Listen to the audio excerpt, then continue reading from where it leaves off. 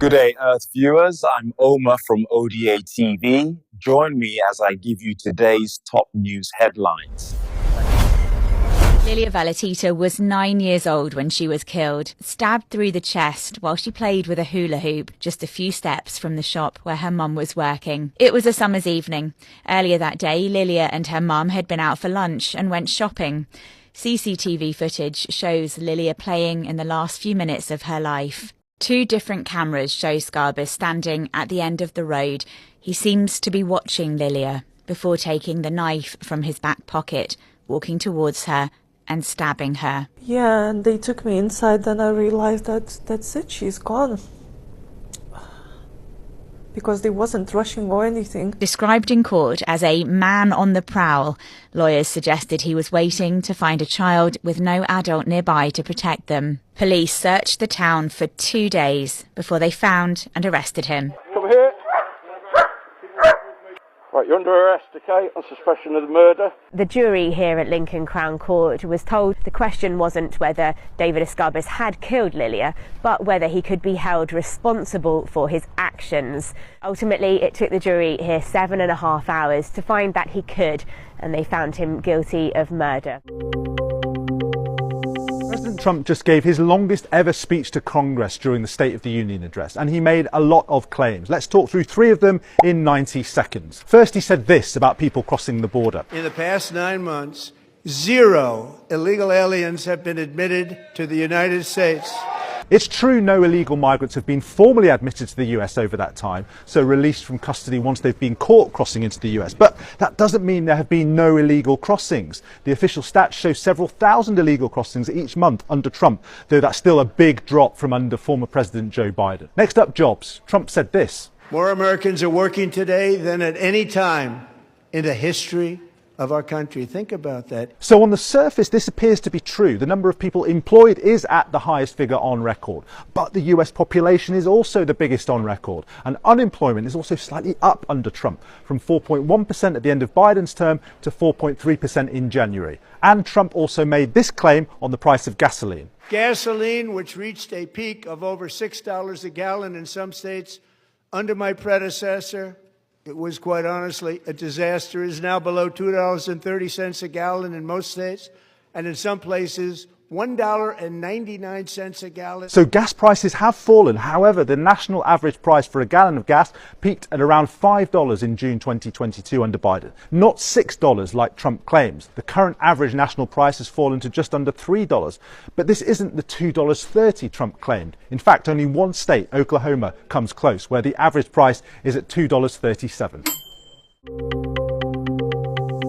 So the elusive CEO of Shein just broke his silence. His brand, of course, loved by fashion influencers like these, reviled by opponents of fast fashion. So this is why this particular CEO speaking out matters. 我们将继续扎根广东，投入超100亿元建设Shein智慧供应链体系，共同打造世界级的时尚产业集群。 Shein's founder almost never speaks publicly, and when he does show up here in China, it's potentially a signal. So this is the backdrop. Shein spent years trying to look less Chinese, moving its headquarters to Singapore and eyeing Western stock markets.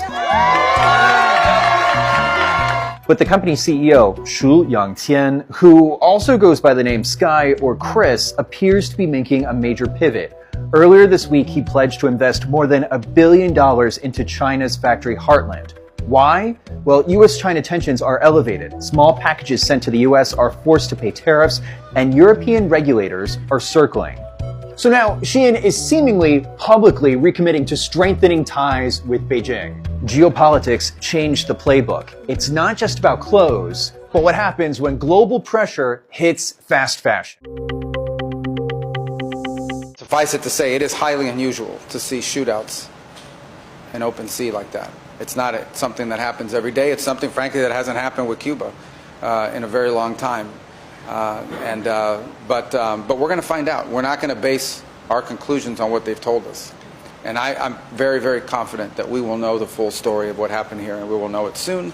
And then, we'll respond appropriately based on what that information tells them. We have our embassy on the ground in Havana working this as we speak, asking for access to the people that were on those vessels, if they were American citizens or permanent residents, according to the Cuban regime, that the boat was registered in Florida. We're tracking that down. We will know shortly, and we will know quickly, many more facts about this incident than we know right now. Did you watch the State of the Union address? Parts of it, yes. What was your reaction? It was a very strong performance. I thought that it was very polarizing between the Democrats and Republicans. What really upset me the most was the way Congress and especially Mike Johnson stood up and clapped behind him when he knew that he was blatantly lying. What's something that you were hoping President Trump would address that he didn't? Epstein files, obviously. Screaming at a president, I mean, that's ridiculous. That is so, that they should have removed them, but you know, in a way, I'm glad that they left them sitting there screaming like lunatics. The things I heard were not truthful about the economy and all the great things that are supposedly happening, and I think the opposite is more the case. I did not watch the State of the Union address. Usually every year I do. I wasn't looking forward to hearing, unfortunately, what President Trump had to say. I didn't really have too much of a reaction because my expectations were already that it's so low that it would all just be a bunch of repeated falsehoods. Like the worst. You have to believe me when I tell you I never, ever in 1,000 years would ever think this would happen with him. Jurors saw Colin Gray, the father of the gunman behind the deadliest school shooting in Georgia history, crying during a 2024 recorded interview with an investigator. Gray insisted he never could have seen this coming and was in fact trying to get his son, Colt Gray, mental health help. I want him to see the in-house counselor. Can we do this? But prosecutors argue Gray still bought his son an AR-15 style rifle for Christmas, despite the mounting red flags, including his son's increasing aggression and his fascination with school shooters. This shrine, as the state calls it, of the Parkland school shooter posted on his bedroom wall. No, I said, I think it's that guy from Green Day. A lot more. You know who this guy is? No idea who that is. You have no idea who that is? The state is down to its final witnesses, and then defense starts its case. This may look like a normal email inbox, but these are the Epstein files. You can browse through Jeffrey Epstein's emails, photos, flights, even Amazon orders, and everything here is pulled from the Justice Department's public releases. I'm part of CNN's team that's been going through the Epstein files, and we've seen firsthand how difficult it is to navigate the DOJ website. There are broken links, email chains that go nowhere, millions of pages that feel endless, and if you go to the DOJ site right now, you'll see the same thing. Nobody really understands what's going on, and the DOJ didn't really help the situation when they dropped like 1 million files at the same time. Back in November, a few Gen Z programmers from San Francisco decided to do something about it. It started with two friends, Luke and Riley, and a tweet that went viral. The end goal for me is to make it so that Google considers us the canonical source on what happened. This multi-decade conspiracy that is, as of now, I would say as big as Watergate. At first, it was just a side project, using AI to go through the Epstein files in Luke's apartment, fueled by late-night Chinese and Thai food. Now, 10 programmers are working on the project, and they call it Jmail, a site that lets you browse the Epstein files like your own account. The incredibly dense information that we all deal with takes on a very different meaning if it is correctly indexed, if it is collated, if it is kind of made digestible and way more legible to actual normal people. And we now have technology that allows that to happen. They say their site has more than 500 million views. It's really become a community now. Users are sharing links and finding new material on the DOJ site that they want to add to Jmail. They're now even working also with members of Congress to try to push for some emails to be unredacted. The creators of Jmail say they hope this will be a public service. I want to apologize to my company and say that I will be more focused on company work soon. But it's definitely taking a lot of my time, but I think it's such like a worthy effort. Any regrets at all about the interaction we played between you and President Trump just last night? I do not. And I think many people look at that moment when the president says it is our responsibility to protect Americans. And he does not acknowledge the fact that two Americans, two of my constituents, two of our neighbors, were killed, and it was important for me to just remind the American people that the president and his administration was responsible for killing 2 American citizens.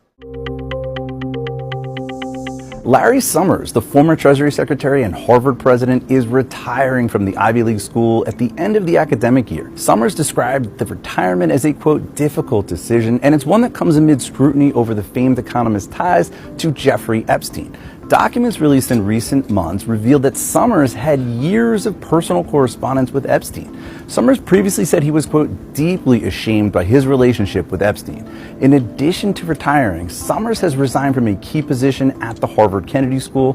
Harvard said it accepted his resignation in connection with the ongoing review by the university of documents related to Epstein.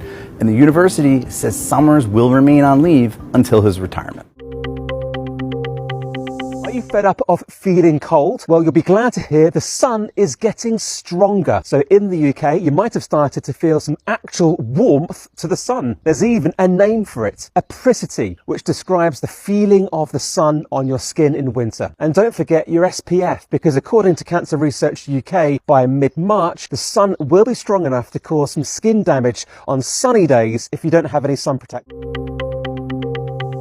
Almost the entire top Chinese military leadership gone. And the purge goes deeper than it appears, according to a new report from a Washington think tank. Let's start with China's Central Military Commission, the powerful group of generals that controls the People's Liberation Army, led by Chinese leader Xi Jinping. Here they are in 2023. Since then, all but one of the generals has been expelled or placed under investigation, including Xi's highest-ranking general and longtime ally Zhang Youxia, who was targeted last month. That's just the very top. Since 2022, around 100 military officers have potentially been purged, the Center for Strategic and International Studies found.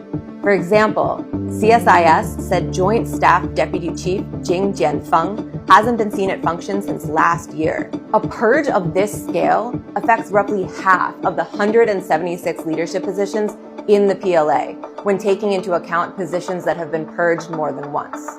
So what does this mean for China's military? The report authors say that replacing top-ranking generals will be more challenging because the ranks of up-and-coming officers have been diminished, and the empty seats could hinder China's ability to fight and impact any potential plans Beijing may have around using force to take control of Taiwan. Xi has spent years trying to eliminate corruption in the military as he consolidates his own power. And in the black box of China's military, it's difficult to know exactly what's behind the moves. Some argue that cleaning house eventually could make China's military even stronger. Thanks for watching. Please subscribe.